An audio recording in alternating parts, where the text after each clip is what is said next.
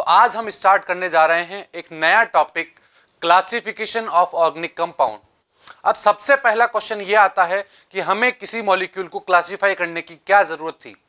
अगर हम उन मॉलिक्यूल को क्लासिफाई नहीं करते तो हम उन इंडिविजुअल्स की स्टडी नहीं कर पाते। सपोज हमारे पास ओपन चेन कंपाउंड होते हैं, क्लोज चेन कंपाउंड होते हैं, कुछ साइक्लिक कंपाउंड्स होते हैं, कुछ एरोमेटिक कंपाउंड्स होते हैं। तो उन्हें की स्टडी करने के लिए हमें सबसे पहले उन्हें क्लासिफाई करना था।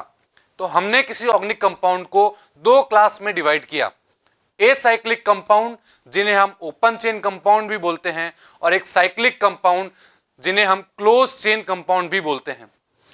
ए साइक्लिक कंपाउंड को हमने दो पार्ट में डिवाइड किया, एक सैचुरेटेड कंपाउंड्स और एक अनसैचुरेटेड कंपाउंड्स। अब सबसे पहले बात आई कि सैचुरेटेड कंपाउंड्स क्या होंगे, अनसैचुरेटेड कंपाउंड्स क्या होंगे। तो इनकी अभी हम डिटेल स्टडी करने जा रहे हैं। सबसे पहले हम देख लेते हैं कि हम किसी कंपाउंड को कितनी क्लास में डिवाइड कर सकते हैं। तो ए साइक्लिक को हमने सैचुरेटेड और अनसैचुरेटेड में डिवाइड किया। अब मैं बात करता हूं साइक्लिक और क्लोज चेन कंपाउंड की। तो साइक्लिक और क्लोज चेन को हमने दो पार्ट में डिवाइड किया, फर्स्ट एलिसाइक्लिक कंपाउंड्स और सेकंड एरोमेटिक कंपाउंड्स। अब क्या एलिसाइक्लिक एक ही तरह के होते हैं? नहीं, एलिसाइक्लिक को भी हम दो क्लास में डिवाइड कर सकते हैं, एक होमोसाइक्लिक कंपाउंड्स और एक हेट्रोसाइक्लिक कंपाउंड्स। होमोसाइक्लिक और हेट्रोसाइक्लिक। इसी तरह एरोमेटिक भी कई तरह के होंगे। एक एरोमेटिक को हम बोलेंगे बेंजीनोइड कंपाउंड्स, एक को बोलेंगे नॉन बेंजीनोइड कंपाउंड्स, और एक को हम बोल सकते हैं हेट्रोसाइक्लिक एरोमेटिक कंपाउंड्स। तो ये थे हमारे सारे क्लासिफिकेशन। तो अब हम बात करते हैं एसाइक्लिक और ओपन चेन कंपाउंड्स क्या होते हैं। These compounds are also called as aliphatic compounds.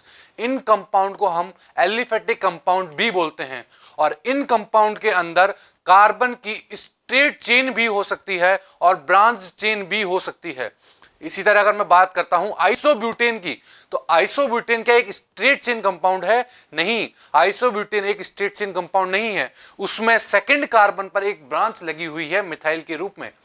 इसी तरह अगर मैं बात करूं एसिटाल्डिहाइड, क्या एसिटाल्डिहाइड एक स्ट्रेट चेन कंपाउंड है, ओपन चेन कंपाउंड है? यस, एसिटाल्डिहाइड भी एक ओपन चेन कंपाउंड होता है। इसी तरह मैं एक और एग्जांपल की बात करता हूं एसिटिक एसिड, क्या एसिटिक एसिड भी ओपन चेन कंपाउंड होता है? यस, एसिटिक एसिड भी एक ओपन चेन कंपाउंड है, एक स्ट्रेट चेन कंपाउंड है।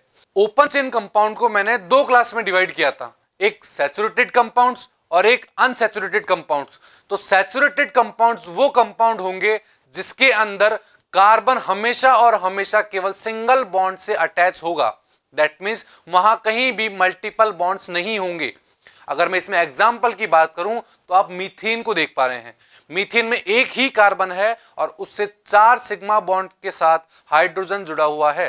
दैट मींस इसके अंदर कोई भी अनसैचुरेशन नहीं है, ये एक सैचुरेटेड कंपाउंड है। इसी तरह अगर मैं दूसरा एग्जांपल की बात करूं तो आप इथेन को देख पा रहे हैं। इथेन को, इस मॉलिक्यूल को हमने कई बार देखा है और आप यहां देख पा रहे हैं कि कहीं भी यहां पर डबल बॉन्ड नहीं है। दैट मींस ये भी एक मेरा सैचुरेटेड कंपाउंड होगा। इसी तरह अगर मैं एक और एग्जांपल की बात करूं तो आप देख पा रहे हैं प्रोपेन। अब मैं इनका नाम कैसे बोल रहा हूं वो हम नेक्स्ट लेक्चर में सीखेंगे कि इनका मैंने प्रोपेन क्यों बोला, इससे पहले जो पढ़ा था उसे इथेन क्यों बोला, वो हम नेक्स्ट लेक्चर में देखेंगे। अभी हम देख रहे हैं क्या ये एक ओपन चेन कंपाउंड है? यस, डेफिनेटली एक ओपन चेन कंपाउंड है। अब मैं बात करता हूं अनसैचुरेटेड कंपाउंड्स की। अनसैचुरेटेड कंपाउंड्स कौन से होंगे? In these compounds there are some carbon atom which are bonded to other atom through a double bond or triple bond. That means with a multiple bond. अगर कोई दो carbon atom आपस में double bond या triple bond, और मैं इनको combine करके बोल दूं अगर मल्टीपल बॉन्ड से जुड़े हुए हैं तो उन्हें हम अनसैचुरेटेड कंपाउंड बोलेंगे। अब क्या अनसैचुरेटेड कंपाउंड में सारे ही डबल बॉन्ड या ट्रिपल बॉन्ड होंगे? नहीं, अगर उस कंपाउंड में एक भी डबल बॉन्ड या एक भी ट्रिपल बॉन्ड होता है तो मैं उस कंपाउंड को अनसैचुरेटेड कंपाउंड बोलूंगा।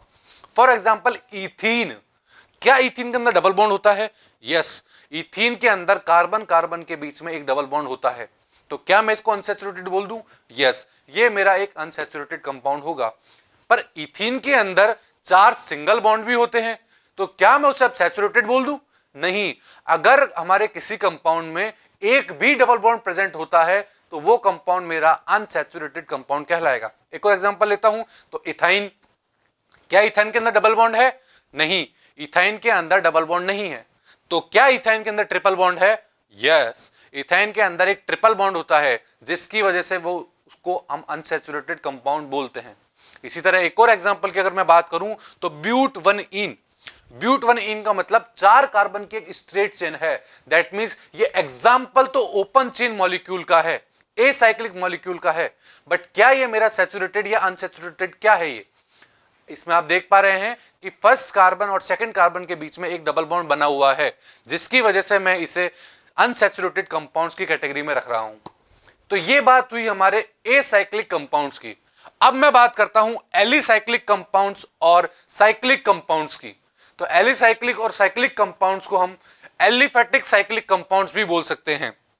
तो क्या मतलब हुआ इसका? Alicyclic compounds contain carbon atom joined in the form of a ring. For example, कोई ये मेरा एक एलिसाइक्लिक कंपाउंड है, इसमें आप देख पा रहे हैं कि जो 3 कार्बन प्रेजेंट है, उन तीनों कार्बन एक रिंग से जुड़े हुए हैं। दैट मींस एक साइकिल फॉर्म में जुड़े हुए हैं, एक रिंग फॉर्म में जुड़े हुए हैं। तो इसको मैं बोलूंगा एलिसाइक्लिक कंपाउंड। अब क्या एलिसाइक्लिक एक ही तरह के पढ़े हैं हमने? नहीं, एलिसाइक्लिक भी 2 कैटेगरी में आते हैं, एक होमोसाइक्लिक और एक हेट्रोसाइक्लिक। तो होमोसाइक्लिक से क्या मतलब हुआ? होमोसाइक्लिक मतलब उस जो रिंग बनी हुई है, उस रिंग के अंदर सारे एटम आइडेंटिकल है।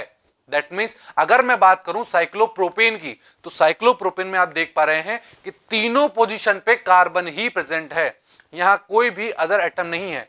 अगर यहां कोई अदर एटम होगा तो मैं उसे हेट्रोसाइक्लिक क्लास में डिवाइड कर दूंगा। इसी तरह अगर मैं बात करता हूं साइक्लोहेक्सेन, साइक्लोहेक्सेन में आप देख पा रहे हैं कि यहां पर 6 मेंबर्ड रिंग बनी हुई है। क्या ये क्लोज कंपाउंड है? यस, ये एक क्लोज कंपाउंड है। अगर मैं इसके अंदर देखूं तो मेरे 6 की 6 पोजीशन पे कार्बन ही है केवल। तो क्या ये मेरा होमोसाइक्लिक होगा? यस, डेफिनेटली ये मेरा एक होमोसाइक्लिक कंपाउंड होगा। इसी तरह अगर मैं हेट्रोसाइक्लिक की बात करूं तो उसे हम कैसे डिफाइन करेंगे? Sometimes atom other than carbon are also present in the ring. That means अगर ये मेरे पास कोई एक रिंग है और इसमें एक कार्बन को हटा के मैं उसके जगह कोई hetero atom, for example oxygen, nitrogen, sulphur, कुछ भी मैं वहां प्लेस करता हूं, तो वो मेरा एक हेट्रोसाइक्लिक कंपाउंड बन जाएगा। For example टेट्राहाइड्रोफ्यूरिन। टेट्राहाइड्रोफ्यूरिन में आप देख पा रहे हैं कि 5 मेंबर्ड एक रिंग बनी हुई है, पर पांचों क्या कार्बन है? नहीं, यहां पर पांचों कार्बन नहीं है। तो यहां पर क्या डिफरेंस है? यहां पर एक कार्बन को हटाकर ऑक्सीजन को प्लेस किया हुआ है, इसलिए हम इसको बोल रहे हैं tetrahydrofuran, which is a example of heterocyclic compound. ये बात हुई हमारे क्लोज चेन कंपाउंड में फर्स्ट पार्ट की। इसका सेकंड पार्ट हमने पढ़ा था एरोमेटिक कंपाउंड्स। अब एरोमेटिक कंपाउंड्स क्या होते हैं? एरोमेटिक कंपाउंड एक स्पेशल टाइप के कंपाउंड होते हैं, जिसे हम हमारे नेक्स्ट लेक्चर में बहुत डिटेल में पढ़ने वाले हैं।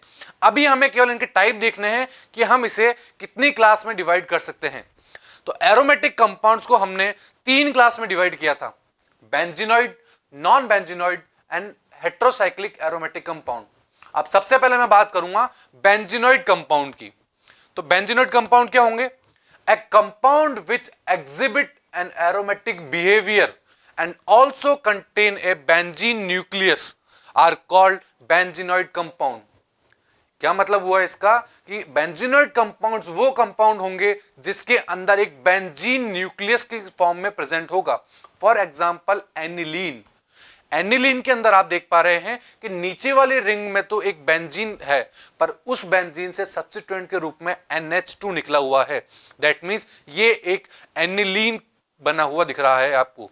इसी तरह मैं बात करूं नेफ्थलीन की, तो क्या नेफ्थलीन भी मेरा एक बेंजीनॉइड कंपाउंड है? यस, डेफिनेटली नेफ्थलीन भी एक बेंजीनॉइड कंपाउंड है। इस नेफ्थलीन में भी आप देख पा रहे हैं कि एक रिंग हमारी बेंजीन न्यूक्लियस को शो कर रही है। दैट मींस एक न्यूक्लियस बेंजीन का है और उसके पास एक अनदर रिंग लगी हुई है। तो नेफ्थलीन भी हमारी बेंजीनॉइड कंपाउंड्स के अंदर आएगी। इसी तरह मैं सेकंड बात करूं नॉन बेंजीनॉइड कंपाउंड्स की, तो ये कौन से कंपाउंड होंगे? A compound which exhibit an aromatic behaviour but does not contain a benzene nucleus. That means वो कंपाउंड जिनके अंदर बेंजीन न्यूक्लियस नहीं पाया जाता, बट फिर भी वो एरोमेटिक होते हैं। For example tropone. अगर मैं ट्रोपोन की बात करूं तो ट्रोपोन में आप देख पा रहे हैं 7 मेंबर्ड रिंग है। 7 मेंबर रिंग से और एक कार्बन से डबल बॉन्ड O निकला हुआ है। तो क्या ये एक बेंजीन की तरह दिख रहा है? नहीं, ये बेंजीन की तरह नहीं दिख रहा। तो क्या ये मेरा एरोमेटिक कंपाउंड है? यस, पर ये मेरा एरोमेटिक कंपाउंड है, तो मैंने इसका नाम दिया नॉन बेंजीनॉइड एरोमेटिक कंपाउंड। बात समझ में आई आपको यहां तक? अब हम बात करते हैं हेट्रोसाइक्लिक एरोमेटिक कंपाउंड्स की। तो क्या होते हैं हेट्रोसाइक्लिक एरोमेटिक कंपाउंड? तो जिस तरह हमने साइक्लिक के अंदर जब हम हेट्रोसाइक्लिक वाला पार्ट पढ़ रहे थे, वहां देखा था कि 5 मेंबर्ड रिंग के अंदर 4 तो कार्बन ही थे और एक ऑक्सीजन था, तो हमने उसको हेट्रोसाइक्लिक बोला था। पर इसमें और उसमें क्या डिफरेंस हुआ? पर वो कंपाउंड हमारा एरोमेटिक नहीं था, ये कंपाउंड हमारा एरोमेटिक है। For example furan. फ्यूरेन के अंदर आप देख पा रहे हैं वही 4 कार्बन है और एक ऑक्सीजन है, पर यहां पर अनसैचुरेशन चल रहा है। दैट मींस यहां पर 6 पाई इलेक्ट्रॉन डीलोकलाइज हो रहे हैं। दैट मींस ये एक एरोमेटिक बिहेवियर दे रहा है। तो एरोमेटिक कंपाउंड्स क्या हुए? सबसे बड़ा क्वेश्चन तो ये आया कि एरोमेटिक कंपाउंड्स क्या होते हैं। एरोमेटिक कंपाउंड्स वो होते हैं जो हकल रूल फॉलो करते हैं। अब हकल रूल क्या होता है? हकल रूल होता है जो 4n+2 पाई इलेक्ट्रॉन को फॉलो करते हैं। इसके बारे में अभी हमें बिल्कुल टेंशन नहीं लेनी है, आने वाले लेक्चर्स में हम इसे बहुत डिटेल में और इजी वे में पढ़ेंगे with the help of 3D animations. तो आपको बहुत अच्छे से क्लियर होने वाला है ये टॉपिक। सो आई होप आप सबको 3D लर्निंग बहुत पसंद आ रही होगी। Thank you.